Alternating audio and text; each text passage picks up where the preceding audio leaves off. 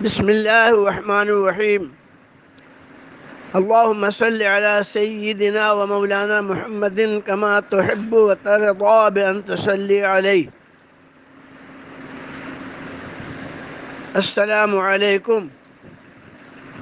پیارے اسلامی بھائیوں بہنوں، بزرگوں، محفل فیض حافظ ملت کے نونہالوں، آج کا بیان تعظیم سے متعلق آپ کو سنا رہا ہوں.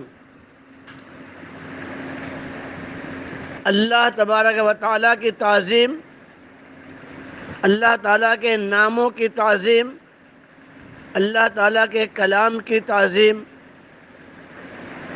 اللہ تعالیٰ کی نشانیوں کی تعظیم،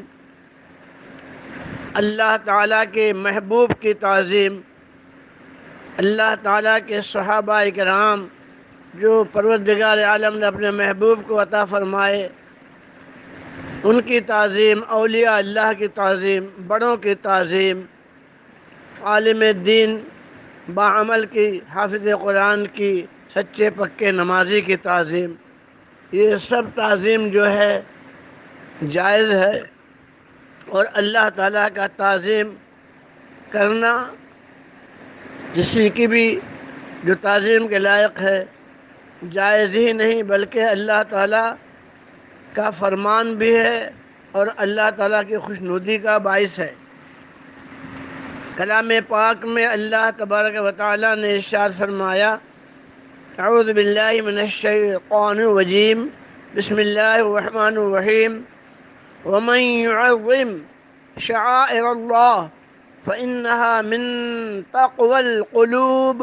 صدق اللہ مولانا العظیم. اللہ تعالیٰ کا ارشاد ہے، اللہ تعالیٰ فرماتا ہے کہ میری نشانیوں کی تعظیم کرو. جس کے دل میں میرا خوف ہوگا وہ تعظیم کرے گا، جو متقی ہوگا وہ میری نشانیوں کی تعظیم کرے گا. میری تعظیم تو بہت بڑی بات ہے، میری نشانیوں کی تعظیم سے بھی میں اسے تعظیم کرنے والے سے خوش ہو جاؤں گا، راضی رہوں گا. اور سب سے بڑی نشانی اللہ تعالیٰ کے حبیب صلی اللہ تعالیٰ علیہ وسلم کا نام نامی، اسم گرامی محمد رسول اللہ صلی اللہ تعالیٰ علیہ وسلم ہے. آپ اللہ تعالیٰ کے محبوب ہیں، سارے نبیوں کے، رسولوں کے امام ہیں. تعظیم صفا مروہ بھی نشانی ہے. اللہ تعالیٰ کی ایک نیک بندی، نبی کی بیوی، نبی کی ماں، مقام ابراہیم بھی جو ہے خانہ کعبہ میں باب کعبہ کے سامنے ہے، وہ بھی نشانی ہے نبی سیدنا ابراہیم علیہ الصلوۃ والتسلیم کی. خود کعبہ معظمہ کی چہار دیواری، اس کی چھت، اس کا دروازہ، اس کی چاروں سمت جو ہے رکن حجر اسود، رکن عراقی، رکن شامی، رکن یمانی، یہ سب تعظیم کے لائق ہیں. اور تعظیم کرنے والا اللہ تعالیٰ مقرب بندہ ہوگا. اللہ تعالیٰ نے اپنے محبوب صلی اللہ تعالیٰ وسلم کے نام پاک کی ایسی برکت عطا فرمائی ہے کہ بنی اسرائیل میں ایک شخص انتہائی گنہگار تھا، بہت زیادہ بدنام تھا، بہت زیادہ برا آدمی تھا. جب وہ مر گیا تو اس کو لے جا کر لوگوں نے اس جگہ ڈال دیا جس کو گھور کہتے ہیں، جہاں کوڑا کرکٹ پھینکا جاتا ہے. تو اللہ تعالیٰ نے موسیٰ علیہ السلام کو وحی عطا فرمائی کہ اے موسیٰ، لے جاؤ اس کو جس کو لوگوں نے برا سمجھ کے کوڑے دان کے پاس ڈال دیا ہے، اس کو نہلاؤ اور اس کی تجہیز و تکفین کرو۔ آپ نے عرض کیا، موسیٰ علیہ السلام نے، اے پاک بے نیاز، وہ تو بڑا ہی گنہگار بدنام شخص تھا۔ پروردگار عالم نے فرمایا، اے موسیٰ، تھا تو بڑا ہی گنہگار، لیکن توریت پاک کی تلاوت کے درمیان ایک دن میرے رسول، میرے نبی محمد رسول اللہ صلی اللہ تعالی علیہ وسلم کا نام پاک دیکھا تو اس نے تعظیم کی اور ہونٹوں سے بوسہ دیا۔ اس عمل کو میں نے محبوب جانا اور میں نے اس کی گناہوں کو بخش دیا۔ اللہ اکبر! جو لوگ تعظیم کرتے ہیں وہی اہل حق ہیں اور اللہ تعالیٰ ان سے بے شک راضی، اور جو لوگ تعظیم کے منکر ہیں اللہ تعالیٰ انہیں ہدایت دے۔ ایک اور واقعہ نیکیوں کا اور نیکوں کا۔ ایک شخص بنی اسرائیل میں ایسا تھا جس نے 99 قتل کیا تھا۔ ایک بار اس کے دل میں خیال آیا کہ میں نے 99 قتل کیا ہے، چلو معافی مانگ لیتا ہوں۔ تو وہ کسی نیک آدمی کی تلاش میں وہ نکلا تو کوئی مل گیا، ایک شخص۔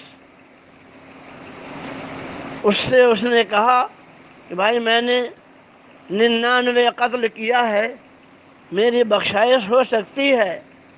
اس نے کہا، تو اس قابل ہے کہ 99 قتل کرنے کے بعد بخشا جائے؟ بس اس نے ایک خنجر لیا، اس کو بھی مار ڈالا، کہا اب 100 پورا ہو گیا۔ 100 پورا ہو گیا، اب کیا کرے؟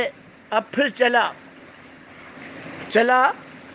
تو اس کو کسی نے مشورہ دیا کہ فلاں شہر میں چلے جاؤ، ایک نیک ولی ہیں،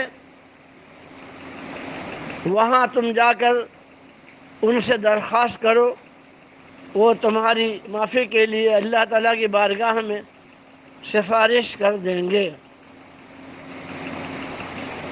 بہرحال وہ معافی کا طلبگار تھا، سوچا ہو جائے گی معافی تو ٹھیک ہے، چلو ڈھونڈتے ہیں۔ چلتے چلتے چلتے چلتے جہاں نشاندہی کی گئی تھی، بھیجنے والے نے اس کو جہاں بھیجا تھا،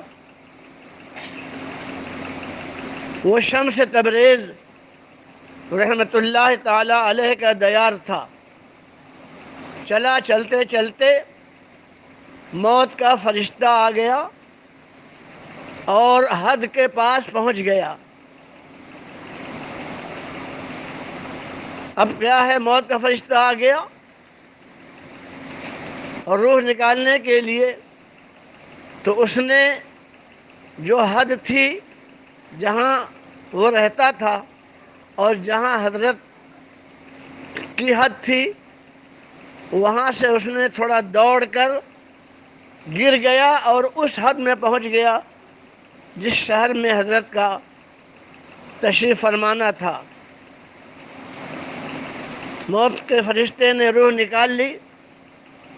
اب فرشتے گناہگاروں کے لیے جو مقرر ہیں وہ بھی آ گئے لے جانے کے لیے، اور جو نیکیوں کے ساتھ فرشتے آتے ہیں وہ بھی آ گئے۔ وہ چاہتے تھے کہ ہم لے جائیں گنہگار کو، گنہگار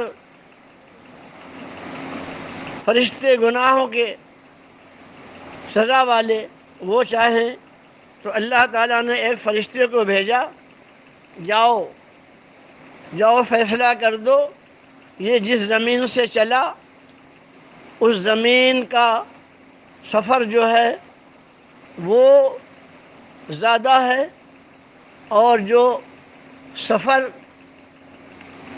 معافی کے لیے جا رہا تھا وہ کتنی دور ہے، وہ جو ہے زیادہ چل چکا ہے۔ اس راستے میں جہاں وہ نیک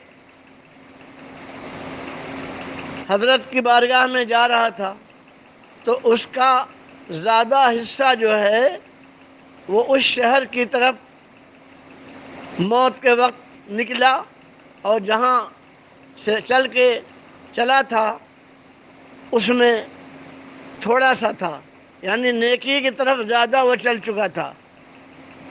تو اس کو اللہ تعالیٰ نے فرشتوں کے حوالے کیا جو نیک لوگوں کو لے جاتے ہیں۔ اللہ تعالیٰ رحیم و کریم ہے، کیسے وہ بخش دے ہمیں نہیں معلوم۔ ہمیں چاہیے کہ ہم اللہ تعالیٰ کی تعظیم، اس کے ناموں کی تعظیم، اس کے کلام کی تعظیم، اس کے رسول نبی کی تعظیم، اس کی جگہوں کی تعظیم جس سے وہ تعظیم کے لائق اس نے بنایا ہے، جیسے صفا مروہ ہے، رکن اسود ہے، اس کا چومنا ہے، یہ سب تعظیم کے لائق ہیں۔ جبل ثور ہے، جبل نور ہے، یہ سب تعظیم کی جگہیں ہیں۔ اس کی تعظیم کرنا اللہ تعالیٰ کی خوشنودی کا باعث ہے۔ نیکوں کی تعظیم کرنا اللہ تعالیٰ کی خوشنودی ہے، اور نیکوں کی برائی کرنے والا خود برا ہے۔ جنتی وہی ہے، جنت کا مستحق وہی ہوگا جس کے دل میں عظمت خدا و رسول ہوگی، جس کے دل میں اللہ تعالیٰ کے نیک بندوں کی محبت اور تعظیم لکھی ہوگی۔